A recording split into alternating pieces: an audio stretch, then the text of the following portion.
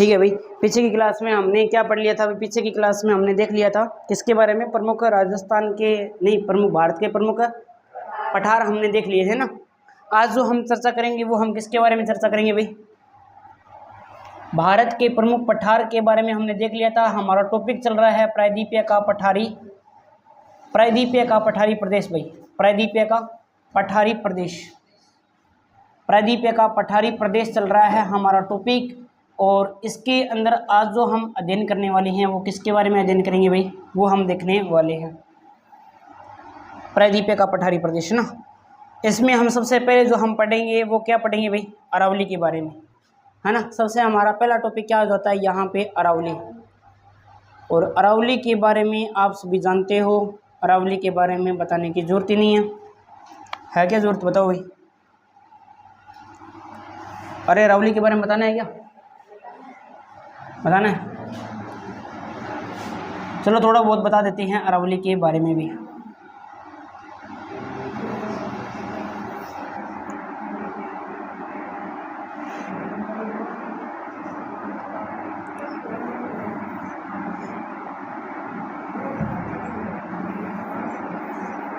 चलो सुनो भी, अपने अरावली के बारे में बात करते हैं। तो यहाँ पर क्या पड़ता है? यहाँ पे अपना कौन सा सागर है भाई? यहाँ एक सागर है जिसका नाम क्या है? अरब सागर, अरब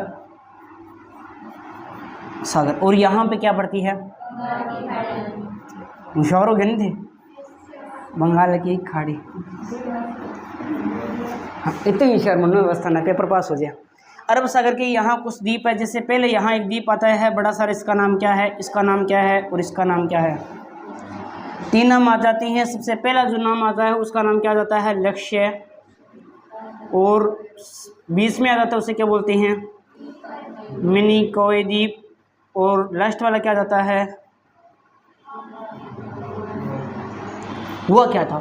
वो ये था कि अरावली के बारे में हम बात कर रहे हैं। अरावली है वो सबसे प्राचीन वलित पर्वतमाला है। आपको मैंने पढ़ाया था, वलित का मतलब घुमावदार। सबसे प्राचीन वलित पर्वतमाला है ना। इसका जो निर्माण है वो प्री कैम्ब्रियन काल के अंदर हुआ था। सबसे प्राचीन जो काल था वो कौन सा काल था? प्री कैम्ब्रियन काल था, जहाँ पर क्या होता है? इसका निर्माण होता है ना।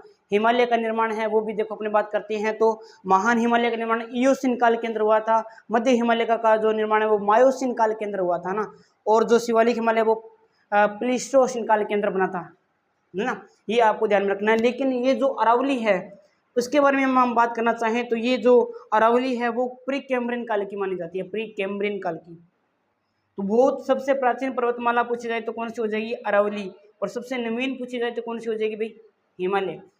हिमालय तो बोलते हैं कि हिमालय को तो युवा की संज्ञा दी गई है ना, क्योंकि आज भी वो क्या कर रहा है? बढ़ रहा है धीरे धीरे। और धीरे धीरे बढ़ने का कारण क्या है? कि प्लेटों में आज भी गति हो रही है, गति हो रही है तो प्लेटें आपस में आ रही है, आपस में आ रही है तो मलबा धीरे धीरे धीरे क्या कर रहा है? ऊपर जा रहा है ना। इसलिए इसको युवा की संज्ञा दी गई है, हिमालय को युवा की संज्ञा दी गई है ना। आपको याद रखना है कि यहाँ पर एक द्वीप पड़ता है मिनिकॉय द्वीप, और मिनिकॉय द्वीप से अरावली शुरू होती है और यहाँ तक जाती है, यहाँ तक आती है। अब ये यहाँ गुजरात से लेकर और ये पूरा का पूरा भाग है तटीय भाग। तो यहाँ पर क्या है? पानी है। पानी के अंदर क्या हम नापेंगे क्या? भी अरावली यहाँ से लेकर यहाँ तक फैली हुई है। हालांकि इसकी उत्पत्ति है वो कहाँ से मानी जाती है? मिनिकॉय द्वीप से मानी जाती है। मिनिकॉय द्वीप भाग किसका है? अरब सागर का। इसलिए अरब सागर को अरावली का क्या कहते हैं? क्या कहते हैं? पितामह कहते हैं। अरावली का पितामह किसे कहा जाता है? तो किसे कहा जाता है भाई? क्योंकि अरब सागर के मिनिकॉय द्वीप से किसकी उत्पत्ति हो रही है? अरावली की। यहाँ तक इसकी लंबाई नहीं मिलती है। लंबाई कहाँ से मिलती है? तो गुजरात में। और गुजरात में एक पहाड़ी पड़ती है यहाँ पर, वहाँ से शुरू होती है। इस पहाड़ी का नाम क्या है? इस पहाड़ी का नाम है खेड़ बर्मा की पहाड़ी। इसका नाम है खेड़ बर्मा की पहाड़ी। और खेड़ बर्मा की जो पहाड़ी है ये पहाड़ी कहाँ पड़ती है भाई? ये पड़ती है कहाँ पे भाई? पालनपुर के अंदर पड़ती है। ये कहाँ पड़ती है? पालनपुर में। और पालनपुर कहाँ पड़ता है? तो ये पड़ता है आपका, यहाँ से शुरू होने के बाद में ये अरावली कुछ इस प्रकार से आगे चलती है, यहाँ से आगे चलती है और ये अरावली यहाँ एक पहाड़ी पड़ती है और यहाँ तक ये फैली हुई है। एक पहाड़ी यहाँ है, इस पहाड़ी का नाम आपको याद रखना है। यहाँ जो पहाड़ी है इस पहाड़ी का नाम था रायसीना की पहाड़ी। रायसीना की पहाड़ी कहाँ है भाई? रायसीना की जो पहाड़ी है वो पहाड़ी पड़ती है आपकी दिल्ली के अंदर पड़ती है, यहाँ तक ये अरावली फैली हुई है। भारत के संदर्भ में बताऊंगा, राजस्थान के संदर्भ में हम बात नहीं करेंगे, पहले करके आ चुके हैं ना। तो हम और बात करना चाहिए यहाँ अरावली के संदर्भ में, तो अरावली है उसके बारे में हम बात करने जा रहे हैं। तो अरावली के बारे में याद रखना पड़ेगा, 3 भागों में बांटा गया है, नहीं पढ़ेंगे। अरावली,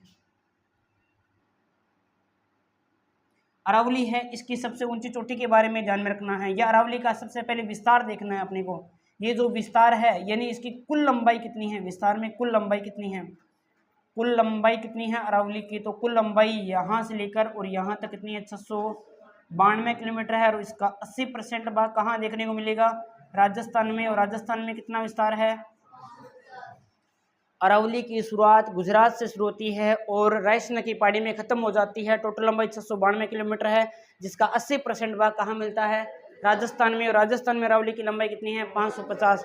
और राजस्थान में अरावली की जो शुरुआत है वो कहाँ से होती है, माउंट आबू सिरोही से होती है, और खेतड़ी नीम के थाने में जाकर कहाँ गायब हो जाती है, ये खत्म हो जाती है। नीम का थाना खेतड़ी पड़ता है, वहाँ जाकर पहले खेतड़ी कहाँ पड़ता था, नागौर के झुंझुनू के अंदर, झुंझुनू के अंदर, वर्तमान में आ जाता है नीम के थाने के अंदर। इसकी सबसे ऊंची चोटी का नाम बताएगा आपको रजत कुमार बताएगा भाई, अरावली की सबसे ऊंची चोटी भारत के संदर्भ में, भारत के संदर्भ में बतानी है।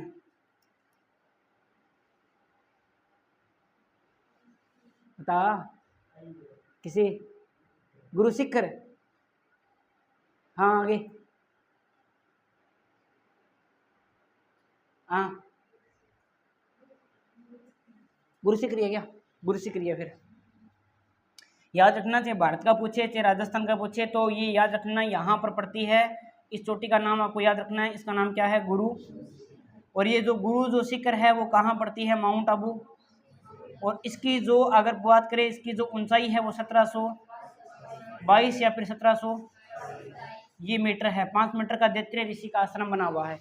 इतनी बातें बताऊंगा सिर्फ अरावली के बारे में, पूरा डिटेल से मैंने बता रखा है, वीडियो पड़ा हुआ है यूट्यूब पे, तो आप देख लेना। बाकी भारतीय संदर्भ में इतना ही आपको याद रखना अरावली के बारे में। राजस्थान में तो पूरी अरावली अपना चैप्टर है, भौतिक प्रदेश है, तो वहाँ मैंने आपको पढ़ा रखा है। बाकी सारा कुछ याद है ना आपको। अब इसके नोट्स बना लेते हैं अपने थोड़े थोड़े अरावली के बारे में, क्या क्या पढ़ना है, क्या क्या नोट्स तैयार करना है, फिर आपको बताऊँगा मैं अलग चीज़ें। ये आपकी आ जाएगी अरावली। अरावली के बारे में बात करते हैं अपने यहाँ अरावली के बारे में। अरावली का सबसे पहले मेरे को बताओ विस्तार, विस्तार बताओ भी जरा, विस्तार के बारे में बात करते हैं। तो याद रखना विस्तार हो जाता है यहाँ पर, इसकी उत्पत्ति या इसकी जो उत्पत्ति है वो अरब सागर के मिनिकॉय द्वीप से मानी जाती है, मिनिकॉय द्वीप से, मिनिकॉय द्वीप से। ये उत्पत्ति लिख देते हैं यहाँ, थोड़ा बढ़िया रहेगा, फिर अपने विस्तार पढ़ लेंगे। उत्पत्ति अरब सागर के मिनिकॉय द्वीप से, नीचे लिख देते हैं अरब सागर को क्या कहते हैं, अरब सागर को अरावली का पितामह कहते हैं, अरब सागर को अरावली का पितामह कहते हैं, पितामह, ये जी पिताजी है, पितामह कहते हैं। ठीक है भाई। उसके बाद में आपको लिखना है यहाँ पे विस्तार, और विस्तार के बारे में आपको पता ही है, खेड़ब्रह्मा की पहाड़ी,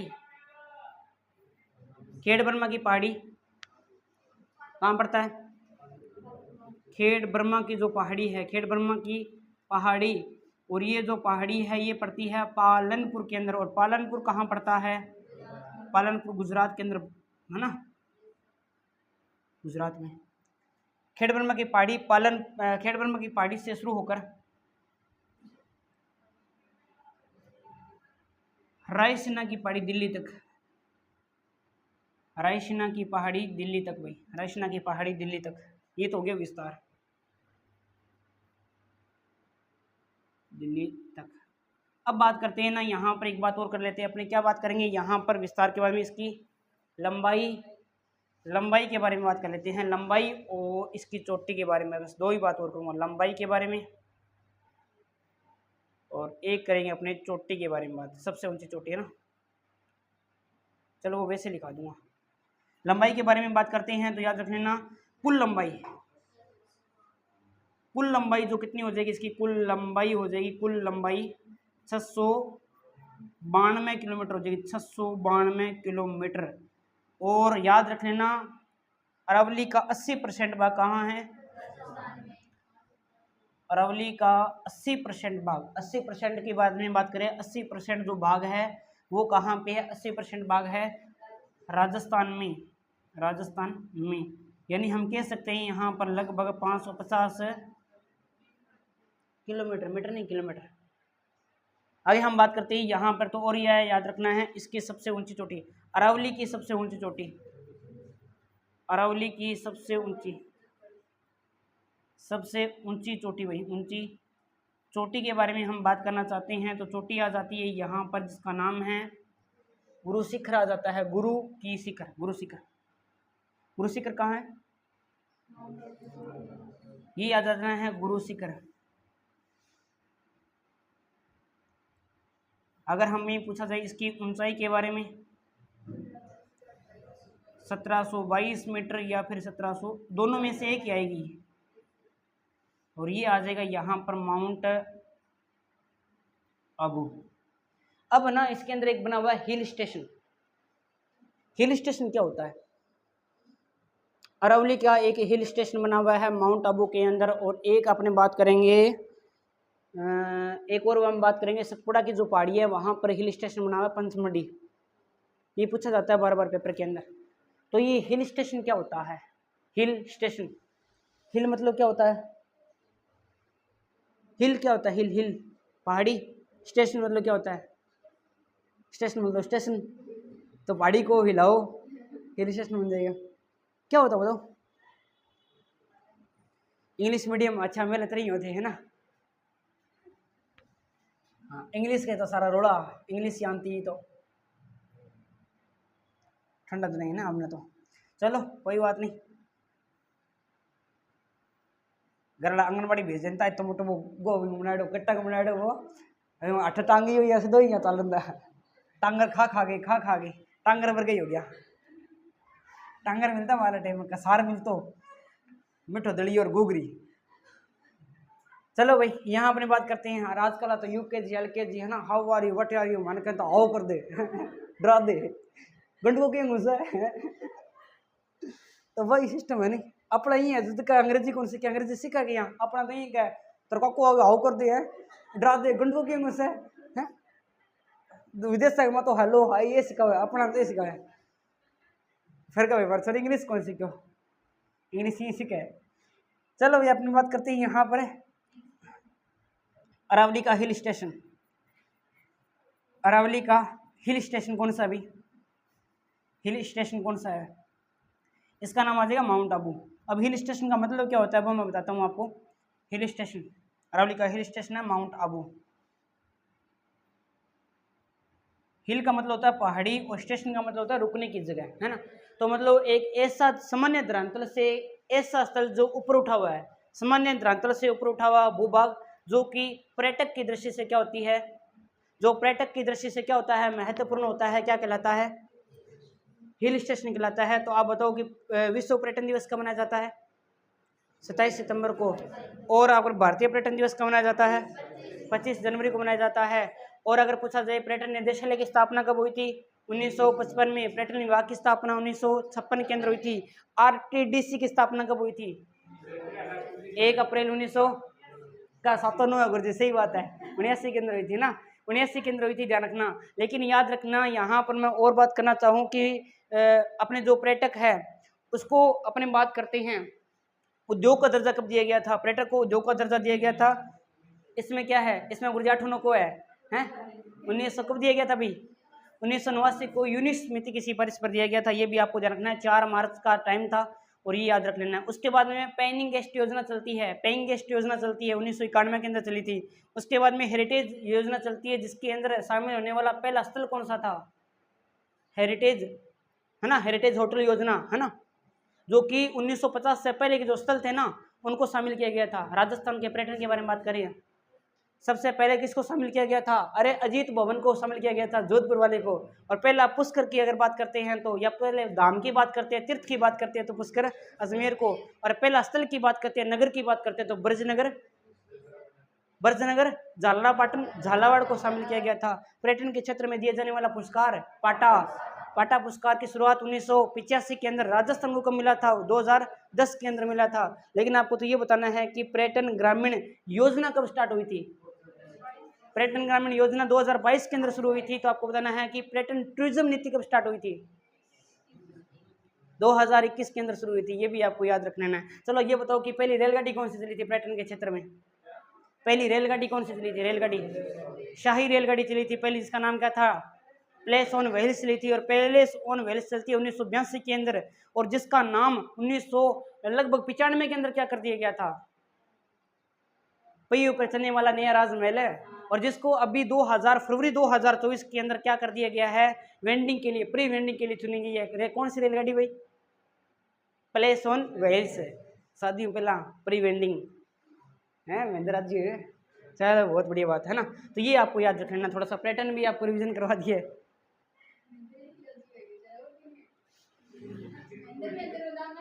हाँ तो महेंद्र ज्यादा तू राजी हुई है भाई। मेरा दुश्मन है महेंद्र, तेरा भाई है, मेरा दुश्मन है। हमारा सारा बुढ़ेरा महेंद्र भाई जी है, ये वास्ते महेंद्र भाई जी नाम देवा, ठीक है।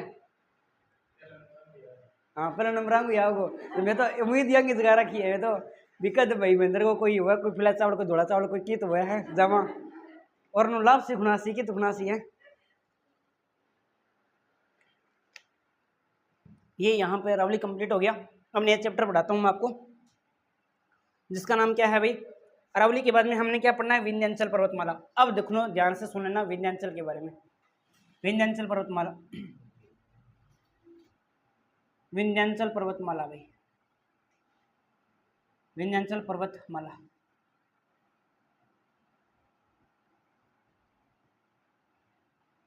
विंध्याचल पर्वतमाला के बारे में हम बात करें हैं, और इसके बारे में सबसे पहले इसका विस्तार और वो सब हम चीज़ें देख लेते हैं। कहाँ से शुरू होता है, कहाँ पे ख़त्म होता है? तो ये जो शुरू होता है वो शुरू होता है गुजरात से। कहाँ से शुरू होती है? गुजरात से। और ये जाती कहाँ तक है? झारखंड तक जाती है, क्योंकि झारखंड के बारे में तो विस्तार ही नहीं है। प्रायद्वीप है, पठारी प्रदेश का कुछ भाग है जो कहाँ पे है? मेघालय के अंदर फैला हुआ है। गोरखा जयंती की जो पहाड़ियाँ हैं वहाँ तक फैला हुआ है। लेकिन ये गुजरात से शुरू होता है, कहाँ पे जाकर खत्म हो जाएगा? कौन सा? विंध्याचल पर्वतमाला। अब इसके अंदर कुछ छोटी छोटी पहाड़ियाँ फैली हुई है। जैसे पहले यहाँ पर एक पहाड़ी फैली हुई है, इस पहाड़ी का नाम आ जाता है यहाँ पर जोबनेर की पहाड़ी, या पहले हम बात करते हैं गुमानपुर की पहाड़ी। ये इनका क्रम बता देता हूँ। गुमानपुर की पहाड़ी, फिर आ जाती है जोबनेर की पहाड़ी आ जाती है, जोबनेर की पहाड़ी आ जाती है, फिर यहाँ पे भांडेर पर्वत आ जाता है, भांडेर के पर्वत के बाद में यहाँ पे कैमूर का पहाड़ी आ जाती है, कैमूर के बाद में फिर यहाँ से बीच में से नदी निकल जाती है, दोनों के बीच में से, इसलिए कैमूर वाला भाग अलग हो जाता है। और कैमूर के बाद में इधर हम बात करना चाहते हैं तो यहाँ एक पहाड़ी और आ जाती है जिसकी हम बात करना चाहते हैं, तो कौन सी आ जाती है? राजमहल की पहाड़ी आ जाती है। राजमहल की पहाड़ी पढ़ के आए थे क्या? कहाँ पढ़ी थी? राजमहल की पहाड़ी कहाँ पढ़ी थी? याद रख लेना, एक बार प्रश्न आया था कि विंध्याचल के बीच से जाने वाली नदी का नाम क्या है? मतलब या फिर मतलब बीच में से जा रही है ना ये नदी, इस नदी का नाम क्या है? इस नदी का नाम है सोन नदी।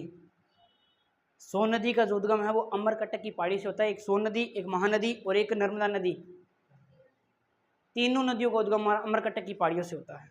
बताऊंगा आपको नदियों वाले टॉपिक में, डिटेल से पढ़ेंगे। एक बार के लिए इतना पढ़ना है कि विंध्याचल पर्वतमाला गुजरात से शुरू होती है, झारखंड तक जाती है। छोटी छोटी पहाड़ियाँ हैं, गुमानपुर की पहाड़ियाँ, जोबनेर की पहाड़ियाँ, ये दोनों तो पड़ती है कहाँ पे? गुजरात के अंदर पड़ती है। भांडेर की पहाड़ी है वो एमपी के अंदर पड़ती है। कैमूर सासरा के अंदर पड़ा है। और बिंग बादगामा नीचे क्या गई? सोन नदी। और ये राजमहल की पहाड़ी कहाँ पड़ती है? याद रख लेना। इसके बाद में इसकी जो सबसे ऊंची जो चोटी है, चोटी के बारे में प्रश्न आता है, बाकी कोई डिटेल नहीं पढ़नी है अपने को। आरएस प्री में भी आया था 2021 वाले में, और बहुत सारे पेपर में आए हुए, वो मैं भेज दूंगा ना जहाँ भी है। वो प्रश्न पूछता है कि विंध्याचल पर्वतमाला की सबसे ऊंची चोटी का नाम क्या है? क्या नाम है भाई? भांडेर तो पर्वत श्रृंखला है, इसके ऊपर एक चोटी पड़ती है जिसका नाम है कालूनर चोटी, सद्भावना चोटी या गुडविल चोटी, 3 नाम है, चोटी एक ही है। ऊंचाई पूछे तो 752 मीटर आ जाती है। इनके बारे में हम चर्चा करने वाले हैं। तो देखो क्या कुछ होता है विंध्याचल पर्वतमाला के अंदर। एक है ना धूपगढ़ी के बारे में बहुत ज्यादा पूछा जाता है। धूपगढ़ी के बारे में सुना कभी आपने? नहीं सुना तो आज सुनाऊंगा, है ना। धूपगढ़ी के बारे में कितने भाई? 4। ये आ गया आपका जोबनेर, गुमानपुरा की पहाड़ी, ये आ गई आपकी जोबनेर, और ये आ गया आपका भांडेर, ये आ गया आपका कैमूर। सुबह वाली क्लास नहीं लगाई थी क्या सर की आपने? हैं उसमें ये नहीं करवाया क्या सर ने? कौन कौन लगाता है वैसे ज्योग्राफी क्लास सुबह वाले? करवाया नहीं क्या सर ने? 2 ही लगाई है, करवाया था क्या?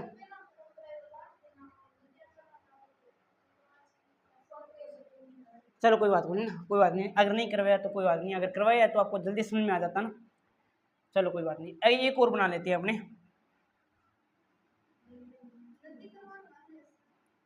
नदी क्रमाण आ रही है, बस आप काल को प्रश्न नदी पर आ जाएगा। इतो ही तो खेल है वो लड़के, तो खेल है।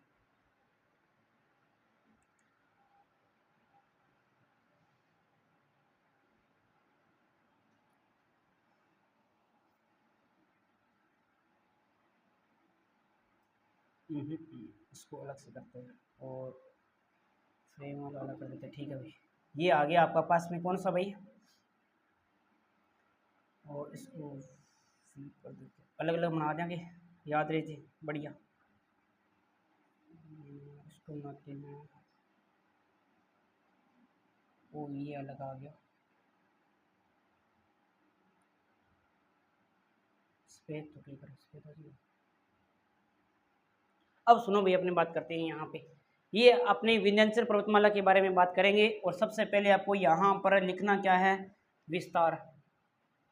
और विस्तार के बारे में आपको क्या जानकारी लेनी है? विस्तार में आपको बताना है कि गुजरात से शुरू होकर, गुजरात से शुरू होकर झारखंड तक फैला हुआ है, झारखंड तक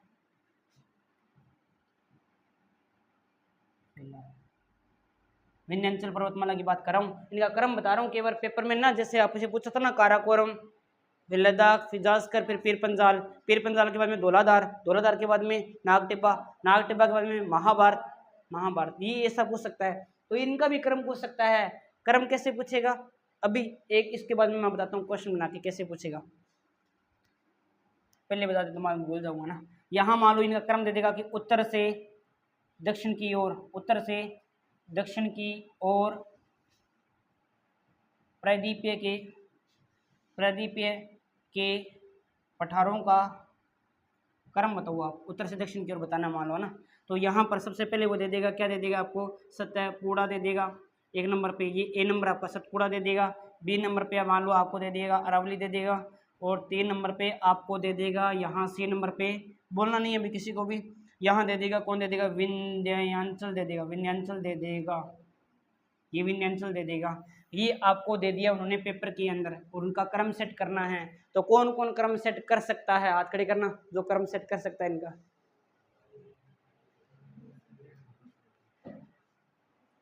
तो हाथ खड़े रखिए, सोचा तू, सोचा के दोबारा हाथ खड़े करना भाई। 1 2 3 4 5 6, हाँ भाई बाकी रहते सारा। ले नवनीत बता फिर।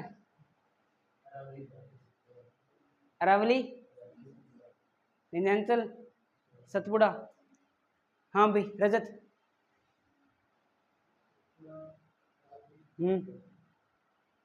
अरावली, विंध्याचल, फिर हाँ। अरे भाई मैंने कितने करवाए हैं आपको, दूसरा तो करवा रहा हूँ। पहले मैंने आपको क्या पढ़ाया है? अरावली के बाद मैंने क्या पढ़ाया है? उसके बाद मैं क्या पढ़ाऊंगा?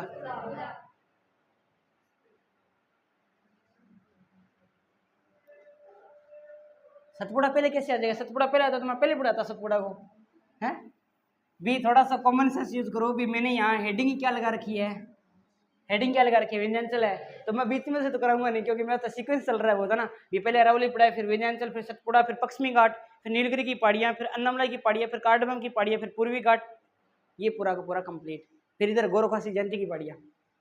ठीक है, तो ये क्रम चल रहा है इनका। तो अब हम बात करते हैं सबसे पहले यहाँ पर, ये इसका नाम क्या जाता है, इसका नाम आ जाता है गुमानपुर की पहाड़ी। पहाड़ी नहीं लिख रहा मैं, गुमानपुर की पहाड़ी लिखूं क्या?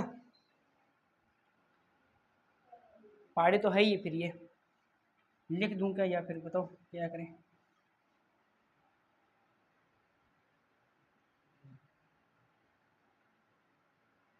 नहीं लिखी जाएगी क्या? इसको फिर ना ऐसे करते हैं, बेक कर देते हैं, गुमानपुर की पहाड़ी छोटा छोटा करके, कितने जाएगा? फिर एक काम तो कर ही सकते हैं, कलर कौन सा इसमें है ही नहीं।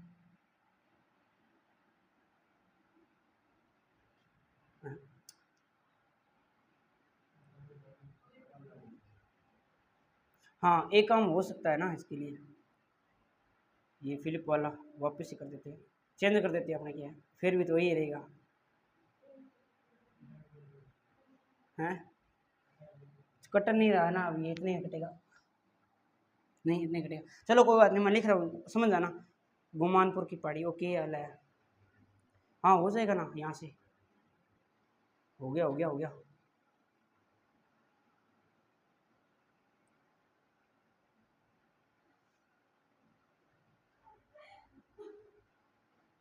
हो गया अब तो, अब हम लिखना स्टार्ट करते हैं, पूरा याद जाएगा ना, फिर आप कंफ्यूज हो गए, इससे अच्छा है भी लिख देता हूँ मैं यहाँ पे, गुमानपुर की पहाड़ी, गुमानपुर की पहाड़ी,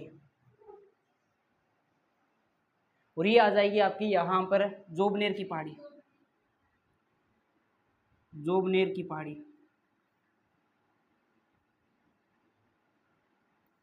ये आ जाएगी आपकी कौन सी भाई, गुमानपुर की पहाड़ी, जोबनेर की पहाड़ी, ये आ जाएगी आपकी कौन सी भाई, ये अलग नहीं, ये से लेते बंडेर की पहाड़ी,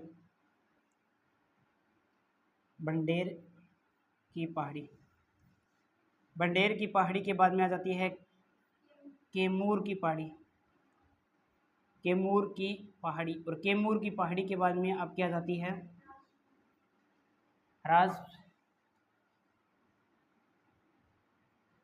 राजमहल की पहाड़ी,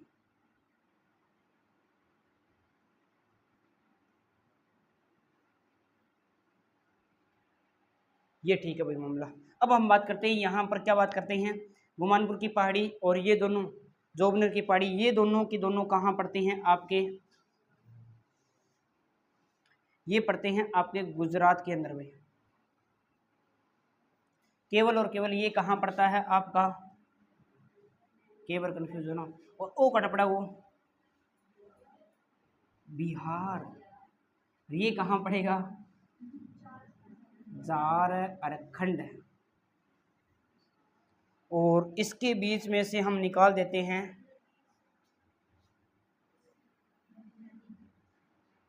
इस नदी का नाम,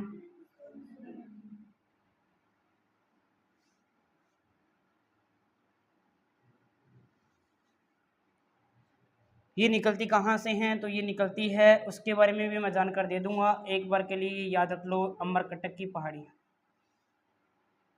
नदी का नाम याद रखो एक बार के लिए, पूरी जानकारी हम देंगे आपको आगे, आर्य अरेख बनाएंगे, नदी का नाम है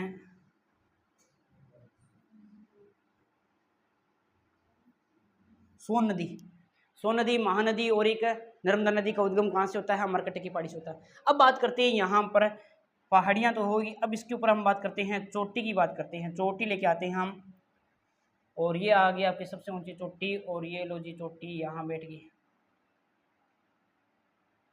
इस चोटी के बारे में हम बात करेंगे, और ये चोटी का नाम आप बताओ क्या है, इस चोटी का नाम बताओ भाई क्या है, तीन नाम बताया गुरुजी, याद एक ही करे हो, एक याद है तो एक ही बता दे, कुदरी मुख है ये, है कुदरी मुख है, कर्नाटक अंदर बड़ा कुदरी मुख है, बाबा बुद्धिन की पहाड़ियों में पड़ा है। चलो की तो बोलो। यहाँ हम बात करते हैं तो इस चोटी का नाम 3 आ जाते हैं, जिसका तीनों नाम मैं बता देता हूँ आपको कौन कौन से नाम हैं। इस चोटी का पहला नाम जो आ जाता है वो आ जाता है कालूनर। कौन सा आ जाता है? कालूनर। पहला नाम है कालूनर। दूसरा नाम आ जाता है सद्भावना, सद्भावना। तीसरा नाम आ जाता है गुडविल, गुडविल। हाँ गुडविल नाम तो याद रखिएगा, गुडविल नाम। वो ये इसकी जो ऊंचाई है वो है मात्र और मात्र 752 मीटर। अब देखो आपसे प्रश्न क्या पूछेगा। प्रश्न पूछेगा कि विंध्याचल की सबसे ऊंची चोटी कालूनर या गुडविल या सद्भावना है, जो कि कौन सी श्रेणी के अंदर पड़ती है? भांडेर या भंडेर है ना, ये याद रखना, भंडेर या भांडेर के अंदर पड़ती है। और अगर वैसे श्रेणी पूछा जाए प्रायद्वीपीय की कौन सी श्रेणी के अंदर पड़ती है, तो विंध्याचल। विंध्याचल के अंदर कौन सी? भंडेर। और भंडेर के अंदर नाम कौन सा?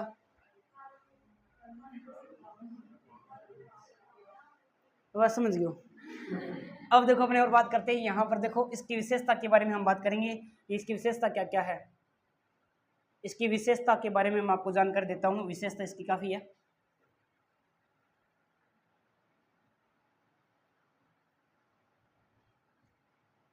एक नंबर तो याद रख लेना कि यह उत्तर भारत को दक्षिण भारत से अलग करती है, या फिर है ना, यह उत्तर भारत को, यह उत्तर भारत को दक्षिण भारत से अलग करती है।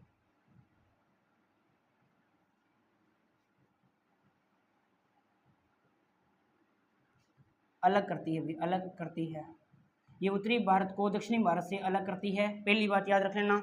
दूसरी याद रख लेना, इसकी सबसे ऊंची चोटी का नाम जो इंपॉर्टेंट है, यानी लिखा रहा हूँ, इसकी सबसे ऊंची चोटी, इसकी सबसे ऊंची चोटी। अब तो याद रखियो, एक कालियो है, एक गुडविल है, एक सद्भावना है ना। इसकी सबसे ऊंची चोटी का नाम, पहले का नाम कालूनर, 2 बार दिखा रहा हूँ ना, कालूनर, सद्भावना। और भाई ऐसे नहीं है, चोटी तो एक ही है, चोटी तो एक ही है, लेकिन नाम कितना है? नाम है 3। जी हाँ, अलग अलग नामों नहीं, घरे कालियों का है, स्कूल में राहुल का है, दोस्त चिलकड़ियों का है, सब होना नाम अलग अलग है। तो अगर हम और बात करनी है, इसकी सबसे ऊंची चोटी का नाम कालूनर, सद्भावना और गुडविल है।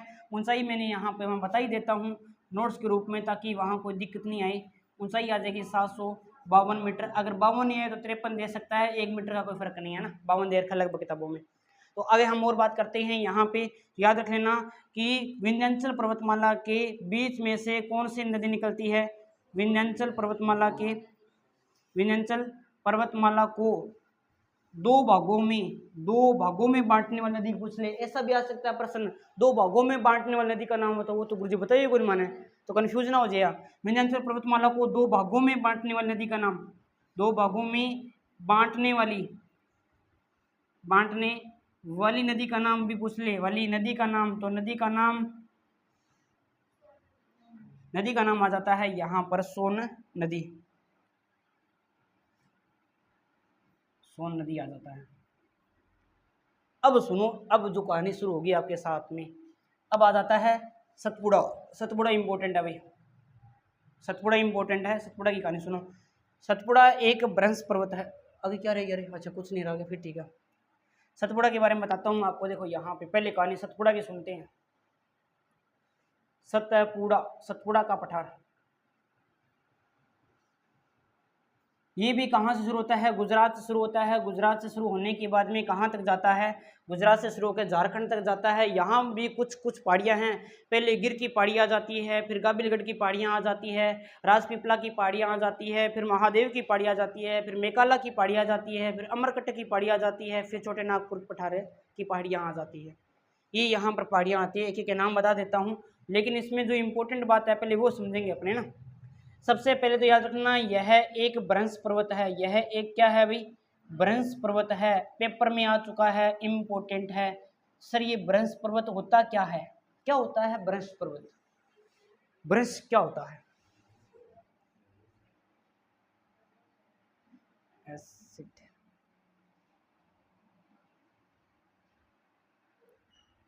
अब हम बात करते हैं ब्रह्मस पर्वत के बारे में कि ब्रह्मस पर्वत होता क्या है। सुनो भाई, ब्रह्मस पर्वत के बारे में बता देता हूँ, कहानी क्या है ब्रह्मस पर्वत की। ब्रह्मस पर्वत की कहानी किसी को पता है क्या? बताओ भाई, ब्रह्मस पर्वत नहीं पता? कोई बात नहीं, मैं बता देता हूँ इसको। मैं ना सफ़ेद कर लेता हूँ ताकि ये ब्लैक करेंगे तो फ़ायदा रहेगा ना। हाँ, और इसको अपने फिल कर देते हैं इस कलर से। ठीक है भाई, अब सुनो, यहाँ पे बात करते हैं कहानी क्या है। कहानी कुछ भी नहीं है, छोटी सी कहानी है, आपको याद रखना है। और यहाँ से अपने ब्लैक कलर यूज़ करते हैं।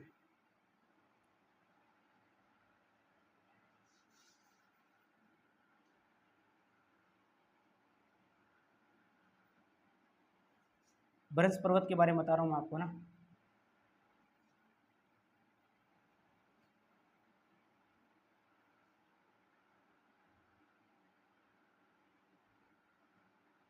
वो है थोड़ा डिज़ाइन बढ़िया, वो बढ़िया डिज़ाइन है। समझते जाना ब्रह्मस पर्वत होता क्या है, फिर आप नहीं बोलोगे कभी भी, किसी को भी नहीं पता भी तो। हाँ भाई, अब बात करते हैं हमने ब्रह्मस पर्वत के बारे में। ये सामान्य द्रांतल है, ये भी सामान्य द्रांतल है। सामान्य द्रांतल में क्या होता है कि जब दोनों साइड से क्या निकले भाई, दोनों साइड से क्या निकले, नदियाँ निकले। दोनों साइड से क्या निकले, जब दोनों साइड से निकले नदियाँ, यहाँ से भी नदी निकल रही है और यहाँ से भी नदी निकल रही है, दो नदियों के बीच में ऊपर उठा हुआ भाग क्या कहलाता है? ब्रह्मस पर्वत कहलाता है। नदी कौन कौन सी निकलती है सर, वो भी बता दो। यहाँ से एक नदी निकलती है, उस नदी का जो नाम है वो नदी का नाम हम पढ़ेंगे। यहाँ से एक नदी निकलती है, ये लो हमने निकाल दी इस नदी को, ये हमने इस नदी को निकाल दिया, इस नदी का नाम हम बताएंगे। और इस नदी को, एक नदी यहाँ से निकाल दिया हमने, और इस नदी का नाम भी हम आपको बताने वाले हैं। ये भी इसके अंदर पर्वत आ गया। इस पर्वत का नाम क्या है? इसका नाम है सतपुड़ा का पठार। ये क्या है भाई? ये है सतपुड़ा का, ये सतपुड़ा का जो पठार है, ये आपको याद रखना। ये कैसा पर्वत है? ब्रह्मस पर्वत है। ब्रह्मस पर्वत क्या होता है? जब दो नदियों के बीच में ऊपर उठा हुआ जो भाग होता है उसे ब्रह्मस पर्वत बोलते हैं। इस नदी का जो नाम है, इस नदी का जो नाम है वो हम पढ़ेंगे, क्या पढ़ेंगे? नर्मदा नदी। हम क्या पढ़ेंगे भाई? नर्मदा नदी हम पढ़ेंगे, नर्मदा नदी हम पढ़ेंगे। इसके बाद में हम बात करना चाहते हैं तो यहाँ पर इस नदी का जो नाम है वो हम पढ़ेंगे। कौन सी नदी हम पढ़ेंगे? तीस्ता नदी हम पढ़ेंगे। तीस्ता नदी के बारे में हम पढ़ेंगे। सुनो, प्रश्न कैसे आया था? क्या नहीं तो काली नदी को शारदा नदी के नाम से जानते हैं, तीस्ता अलग है। मैंने बताया था काली नदी, तीस्ता नदी, दिहांग नदी, और पहले हमने क्या बताया था? सिंधु, सतलज, सतलज के बाद में काली नदी, काली के बाद में हमने बताया था तीस्ता, तीस्ता के बाद में ब्रह्मपुत्र नदी। तो अगर एक होती तो फिर मैं एक ही लिखता ना।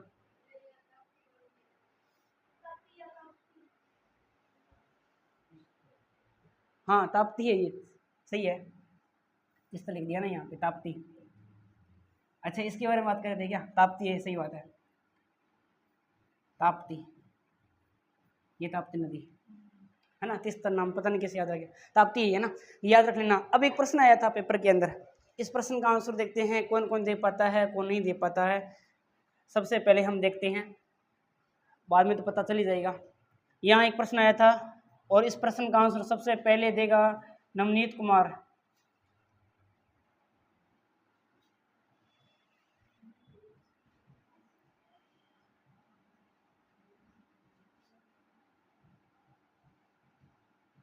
है ना, बोलने का कोई नहीं भाई, बोलने का मौका नहीं दिया जाएगा आपको, बोलना नहीं है। सिर्फ आपके सामने ऑप्शन दिख रहे हैं और ऑप्शन आपको देखने हैं और आपको सिर्फ पहचान करनी है और कुछ भी नहीं करना है, सिर्फ पहचान करनी है। और एक आपको मैं दे देता हूँ यहाँ पे उपयुक्त, चलो 3 ही ऑप्शन आपके पास में, चौथा ऑप्शन, चौथा दे ही देता हूँ। सबसे पहले नवनीत कुमार, प्रस्तुति दो अपनी, सोचो आराम से। 1 मिनट का टाइम है, पानी पी लेता हूँ मैं। 1 मिनट ज़्यादा हो जाती है, 10 सेकंड का टाइम है।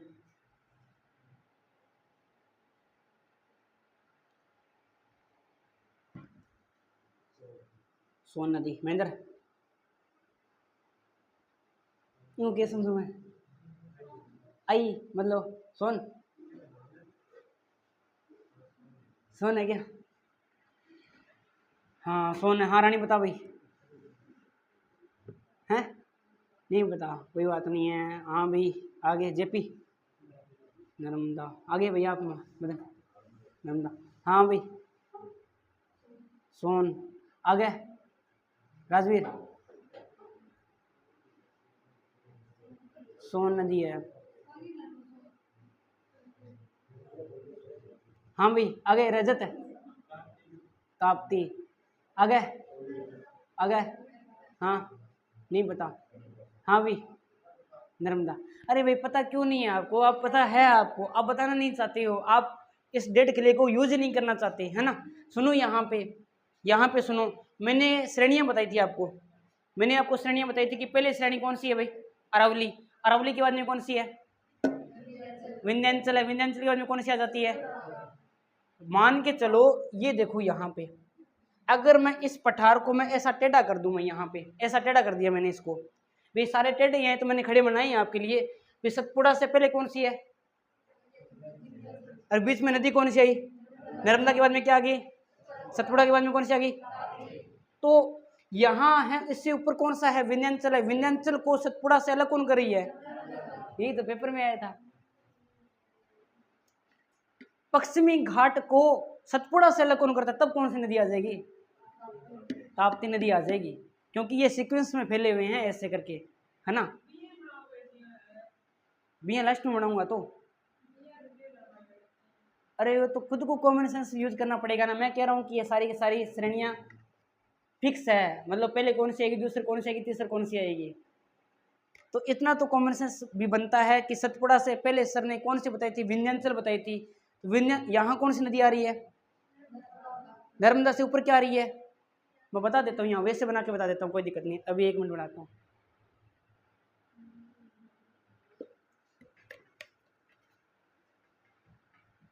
वैसे मैंने लास्ट बना के बताता, लेकिन अभी थोड़ा सा बता के बता देता हूँ ना, बना देता हूँ।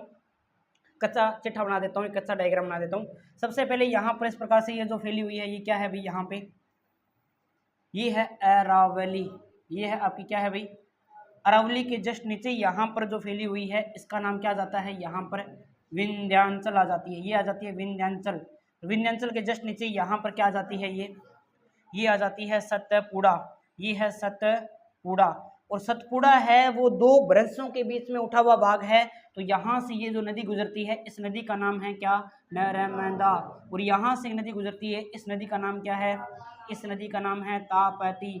और एक नदी है जो यहाँ से निकलती है इधर से, और ये इधर चली जाती है इस प्रकार से, जो कि विंध्याचल को दो समान भागों में, या फिर कहते हैं कि बीच में से काटती है।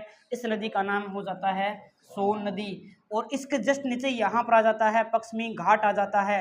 और पश्चिमी घाट और सतपुड़ा को अलग करने वाली नदी का नाम क्या जाता है? अब ठीक है, पहले मैं था नहीं बता दें तो फिर तो था पता ही लग जाता नहीं। ये वास्ते आज चीज लास्ट में बताऊँ तो मैं था, ठीक है ना। इनका ये सीक्वेंस ये है भी। खुद कॉमन सेंस कितना काम करता है वो देखना भी तो जरूरी होता है ना। मुझे कॉमन सेंस सत्य बढ़िया मारा है। चलो कोई बात नहीं। ये देखो हमने इसके बारे में पता किया ना कि सतपुड़ा का पठार है वो है एक ब्रंश पर्वत है। ब्रंश पर्वत क्या होता है? दो नदियों के बीच में ऊपर उठा हुआ। और यह है वो नर्मदा और ताप्ती नदी के बीच में फैला हुआ पर्वत है, ध्यान में रखना। और इसका जो विस्तार है वो विस्तार कहाँ तक आ जाएगा भाई? इसका विस्तार कहाँ तक आ जाएगा भाई? गुजरात से लेकर झारखंड। यह एक ब्रंश पर्वत है। यह एक ब्रंश पर्वत है। यह एक ब्रंश पर्वत है। पहली बात ये याद रखोगे, ठीक है। दूसरी बात, ब्रंश पर्वत कहते कैसे हैं कि दो नदियों के ऊपर उठे हुए भाग को, दो नदियों के बीच में, अभी तो आपको याद है लेकिन बाद में भूल जाओगे, दो नदियों के बीच ऊपर उठे हुए भाग को, ऊपर उठे भाग को ब्रंश कहते हैं। ब्रंश कहते हैं। अच्छा ये तो ब्रंश है। अगर मैं पूछना चाहूँ, अगर मैं ये पूछना चाहूँ भी, हाँ भी राजकोट तो बता, बूढ़ किसे कहते हैं? बूढ़, ये तो ब्रंश है बूढ़। सोच लो, टाइम है आपके पास में।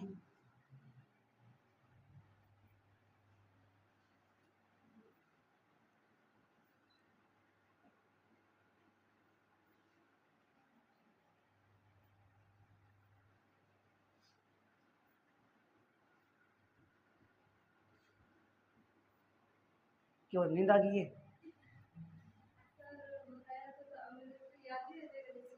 कौन सा बताया तो मैंने था, मेरे को बताया, मैंने बताया था, है ना। ये शांत ना पड़े तो हूँ हाँ हाँ ये करता है सकता तो ताकि नींद ना हुआ था। न भी और मन तो भी को नहीं हुआ। हाँ महेंद्र को याद है बूढ़ कहाँ पड़ा था? बूढ़ पहाड़ा में बीच में पढ़ो ना, मैदान में पढ़ो, मैदान में पढ़ो। हाँ ममता बता बूढ़ कट पढ़ो नहीं पता तो फिर कौन बता सी भाई? हाँ गुड्डी बता भाई, संतोष बता भाई। हैं रेत के टीले को बूढ़ कहते हैं, कहाँ पड़ा था? हमें याद आ रहा है उत्तरी गंगा का जो मैदान था। ठीक है मित्र, उत्तरी गंगा का मैदान हुआ। यह है नर्मदा तथा ताप्ती नदियों के बीच में फैला हुआ है। अब हम इनका सीक्वेंस देखते हैं, अब हम इनका देखते हैं सीक्वेंस। अच्छा ये क्वेश्चन बना दिया ना हमने। अच्छा ठीक है, इसको आगे कर देते हैं। ये पता नहीं कहाँ का है, बीच में नोट्स में खराब करेगा, नोट्स में खराब नहीं है। अब आ गया यहाँ पे। अब हम बात करते हैं विस्तार के बारे में। सतपुड़ा का विस्तार पढ़ते हैं अपने। सतपुड़ा का विस्तार और इनकी चोटी पढ़ते हैं विस्तार। सतपुड़ा का जो विस्तार है याद रख लेना कहाँ से शुरू होता है। ये गुजरात से लेकर गुजरात से झारखंड के बीच तक फैला हुआ है, झारखंड तक। अब है ना इनकी कुछ पहाड़ियाँ और कुछ पठार इनके बता देता हूँ मैं। सबसे पहले यहाँ पर आ जाता है, ये देखो भी यहाँ से शुरू करना पड़ेगा इसको, तो छोटा छोटा 1 2 3 4 5 बहुत है तो और बनाओगे, चलो एक बार तो बहुत है। सबसे पहले हम इनके बारे में बात करना चाहते हैं। तो देखो भाई पहला कौन सा कहाँ से शुरू होती है? ये होती है कहाँ से शुरू होती है? गिर पर्वत से शुरू होती है। गिर पर्वत कहाँ पड़ता है भाई? गिर पर्वत अगर गुजरात के अंदर पड़ता है तो आप ये बताओ कि गिर पर्वत के बाद में आ जाती है राजपीपला की पहाड़ी। राजपीपला की पहाड़ी कहाँ पड़ती है भाई? राजपीपला की पहाड़ी कहाँ पड़ती है? जल्दी बताओ भाई, राजपीपला की पहाड़ी कहाँ पड़ती है? सुनो बता देता हूँ आपको। सबसे पहले ये शुरू होता है गिर पर्वत से। कहाँ से शुरू होता है भाई? गिर पर्वत से। ये होता है गिर पर्वत, गिर की पहाड़ी या गिर पर्वत बोल दो। गिर के बाद में आ जाती है राजपीपला की पहाड़ी। राजपीपला की पहाड़ी, राजपीपला की पहाड़ी। फिर आ जाती है गाबिलगढ़ की पहाड़ी, नाम देखो ध्यान, गाबिलगढ़ की पहाड़ी। फिर आ जाती है यहाँ पर हाँ मेकाल महादेव। फिर आ जाती है महादेव श्रेणी। फिर आ जाती है मेकाल श्रेणी। फिर आ जाती है अमरकटक। और एक लास्ट आ जाती है हाँ अमरकटक एक छत्तीसगढ़ वाला भाग है ना। एक लास्ट एक और बच गई, छोटा नागपुर बच गया। थोड़ा थोड़ा पास मारो भाई, एक सवारी देगी, एक सवारी देगी तो फिर अपन लेगा वहाँ एक सवारी और। ये आ गई एक सवारी और, छोटा नागपुर का पठार। विस्तार तो काफ़ी है भाई इनका ना। ये तो काला में काला क्या करना, ये है छोटा नागपुर का पठार।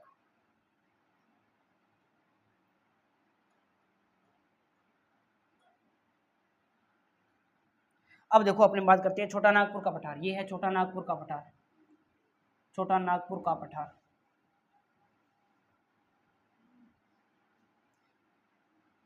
अब बात कर लेते हैं कि कौन कौन से कहाँ कहाँ पे बने हुए हैं।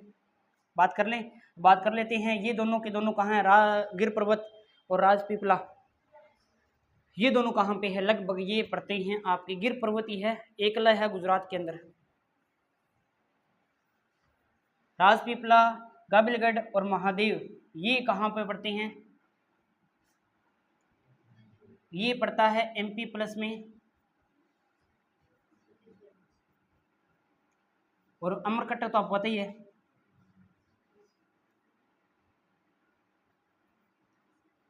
वो नहीं अमरकटक की, वो आप वो सोचोगे ना। और ये एक ही अगर अपने बात करना चाहें तो अब छोटा नागपुर का पठार है वो कौन कौन से, अब आपको ये बताएगा, कौन बताएगा भाई? हाँ भाई, कौन बतासी? हाँ, रानी बतासी छोटा नागपुर का पठार को दो समान भागों में विभाजित करने वाली नदी का नाम बताएगी भाई।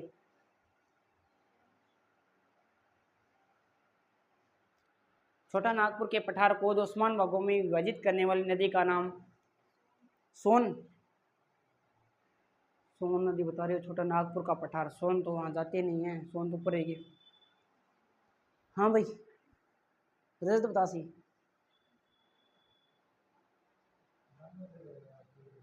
दामोदर नदी है जो छोटे नागपुर को पठार को बांटती है दो समान भागों में, जहां रोहर क्षेत्र के नाम से जाना जाता है। याद रखा करो ना, भूलना नहीं है अभी तक तो। चलो एक दो और पढ़ो, याद हो जाएगा।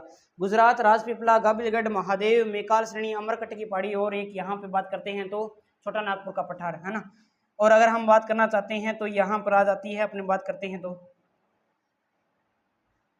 यहाँ बात करते हैं तो एक पहाड़ी आ जाती है, एक चोटी आ जाती है। पहाड़ी तो क्या ये बात करें, चोटी लेगा वहाँ पर मोटी सारी, ये है आगे मोटी सारी चोटी। ये चोटी को नाम देखा क्या है, ये चोटी को नाम बताओ भी क्या है? हाँ हाँ, सही है, सही एकदम सही है, एकदम सही है जमा। नाम बता दो। हाँ, धूपगढ़ी। आई है धूपगढ़ी। धूपगढ़ी कहाँ पड़ती है भाई? महादेव की पहाड़ी में। महादेव की पहाड़ी कहाँ पड़ती है? प्रश्न आ गया, सतपुड़ा की पहाड़ी की सबसे ऊंची चोटी का नाम क्या है? धूप। क्या नाम है भाई? है ना, कोई मिल गया, आपने देखी है क्या कभी? उसमें उसको क्या चाहिए थी? वो यही धूप है। इसका चोटी का नाम है, ये है धूप, ये है धूपगढ़ी। और ये धूपगढ़ी कहाँ पड़ती है? एमपी के अंदर। अगर हम बात करते हैं इसकी ऊंचाई के बारे में तो 1350 मीटर अभी, 1350 मीटर मात्र। पेपर में आ चुका है प्रश्न, धूपगढ़ी की ऊंचाई कितनी है? 1350 मीटर। वहीं अगर कालूनर, सद्भावना या गुडवल की पूछे तो वहीं पर एक छोटी सी चोटी और है, वहां कहाँ भी? इस पहाड़ी, मेकाल पहाड़ी के अंदर पड़ती है। ये तो अमरकटक की श्रेणी है और यहाँ अमरकटक की क्या पड़ती है? चोटी पड़ती है। इससे थोड़ी सी छोटी है भाई, छोटी बना देते हैं, बना दी। इसको हम भर देते हैं इस कलर से। ये जो चोटी है, इस चोटी का जो नाम है ये मेकाल श्रेणी के अंदर पड़ती है। मेकाल के सबसे ऊंची चोटी का नाम पूछे तो ये आ जाएगा, अमरकटक आ जाएगी। अमरकटक श्रेणी तो अलग रहेगी। अमरकटक जो चोटी है वो कहाँ पे पड़ती है भाई? वो मेकाल श्रेणी के अंदर पड़ती है। ये अमरकटक की चोटी है, ये अमरकंटक चोटी का नाम है। अमरकंटक है नहीं। और इसकी जो ऊंचाई है वो आ जाएगी 1065। अगर ये नहीं मिला तो 1066 मीटर।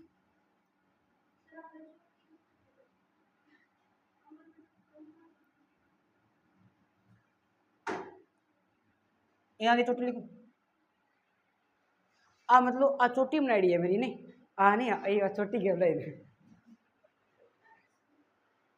चलो वही बात को नहीं है ना, इसलिए तो ये रिमांड कराई थी थारा तेरा नोट्स बनाएंगी, जैसे सीधी रांद काट दिया नहीं है। चलो आगे हम और बात करते हैं, कोई बात नहीं, चोटी लिख दी। अब याद रखना है, यहाँ पर एक बात याद रखनी है कि सतपुड़ा का सबसे बड़ा हिल स्टेशन, सतपुड़ा का हिल स्टेशन कौन सा है भाई? इसका नाम आ जाएगा आपका, कौन सा जगह? पंचमढ़ी आ जाएगा, पंचमढ़ी। और ये पंचमढ़ी कहाँ पड़ता है? मध्य प्रदेश के अंदर पड़ता है। पेपर में आ चुका है प्रश्न ये कि पंचमढ़ी, ये सतपुड़ा का हिल स्टेशन कौन सा है? तो सतपुड़ा का हिल स्टेशन कौन सा हो जाएगा भाई? पंचमढ़ी, एमपी के अंदर पड़ता है। अब आ गई आपकी मेकाल श्रेणी, ये वाली श्रेणी मेकाल श्रेणी है। मेकाल श्रेणी आ गई, कौन नहीं है ये भी? अब आसी चलो कोई बात नहीं, यहाँ अपने बात करते हैं मेकाल श्रेणी के बारे में। एक लास्ट श्रेणी है बस यही, फिर अपने बाकी कल अध्ययन करेंगे। मेकाल श्रेणी है ना, मेकाल श्रेणी का विस्तार बताओ। मेकाल श्रेणी के बारे में हम बात करते हैं तो इसका जो विस्तार है, एक तो आ जाता है एमपी के अंदर प्लस में, एक कहाँ आ जाता है अभी? मेकाल श्रेणी विस्तार में आपको याद रख लेना है। यहाँ पे विस्तार में क्या याद रखना है अपने को?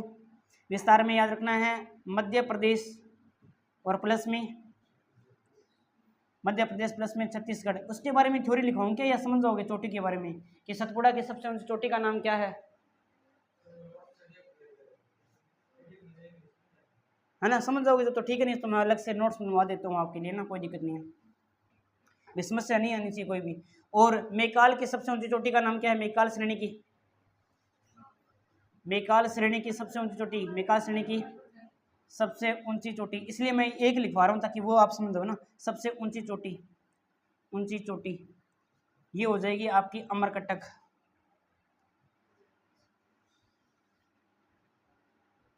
और ये कहाँ पड़ती है, ये कहाँ पड़ती है। और अगर हम इसी की ऊंचाई के बारे में बात कर लें, अगर हम इसकी ऊंचाई के बारे में बात करें तो 1065 या फिर 65 पहले करना है, 65 नहीं मिले तो 1066 कर लेना। बाकी चोटी की लंबाई आज तक नहीं पूछी गई इसकी तो, अमरकटक की तो, है ना। आगे हम बात करने चाहते हैं तो ये मेकाल श्रेणी वो आर्य रेख का निर्माण करती है, ये इंपॉर्टेंट है। मेकाल श्रेणी आर्य आरेख का निर्माण, ये क्या होता है रे, आर्य आरेख का निर्माण करती है। अब देखते हैं क्या होता है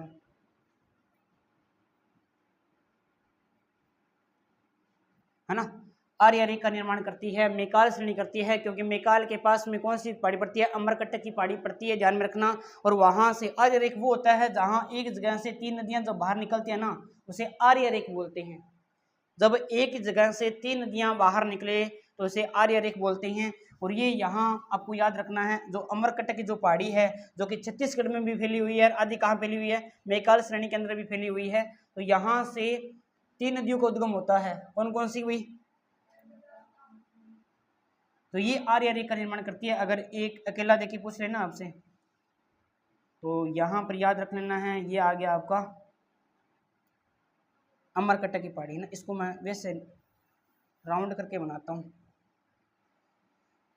ये रहा राउंड,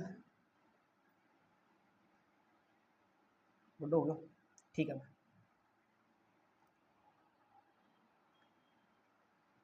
ये है आपकी आर्य रेख बनाई ना, मतलब गोल बनाया, अमरकटक की पहाड़ी इसके अंदर है ना। तो यहाँ से इसको मैं नाम दे रहा हूँ एक बार के लिए, अमरकटक। ओ मोटो बहुत है।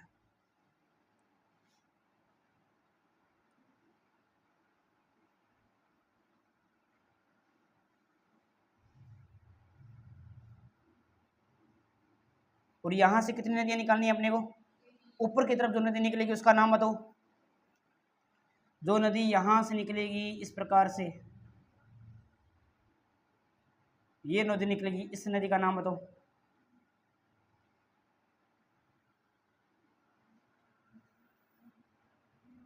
ओके मणियो, ओ मणियो, आर्य रेख। इस नदी का नाम आप सभी जानते हो, बताना नहीं चाहते। इस नदी का नाम भी आप जानते हो और इस नदी का नाम भी आप जानते हो। तो ये आपकी मेकाल श्रेणी और ये आपका सतपुड़ा का पठार हो गया कंप्लीट। अब आ जाता है आपका पश्चिम है ना, अपने पास पश्चिमी घाट आ जाता है।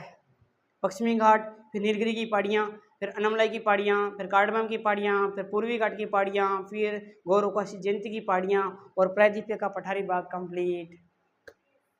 ठीक है, तो वो हम अध्ययन करेंगे कल वाली क्लास के अंदर। आज हम इतना ही पढ़ेंगे, ठीक है ना।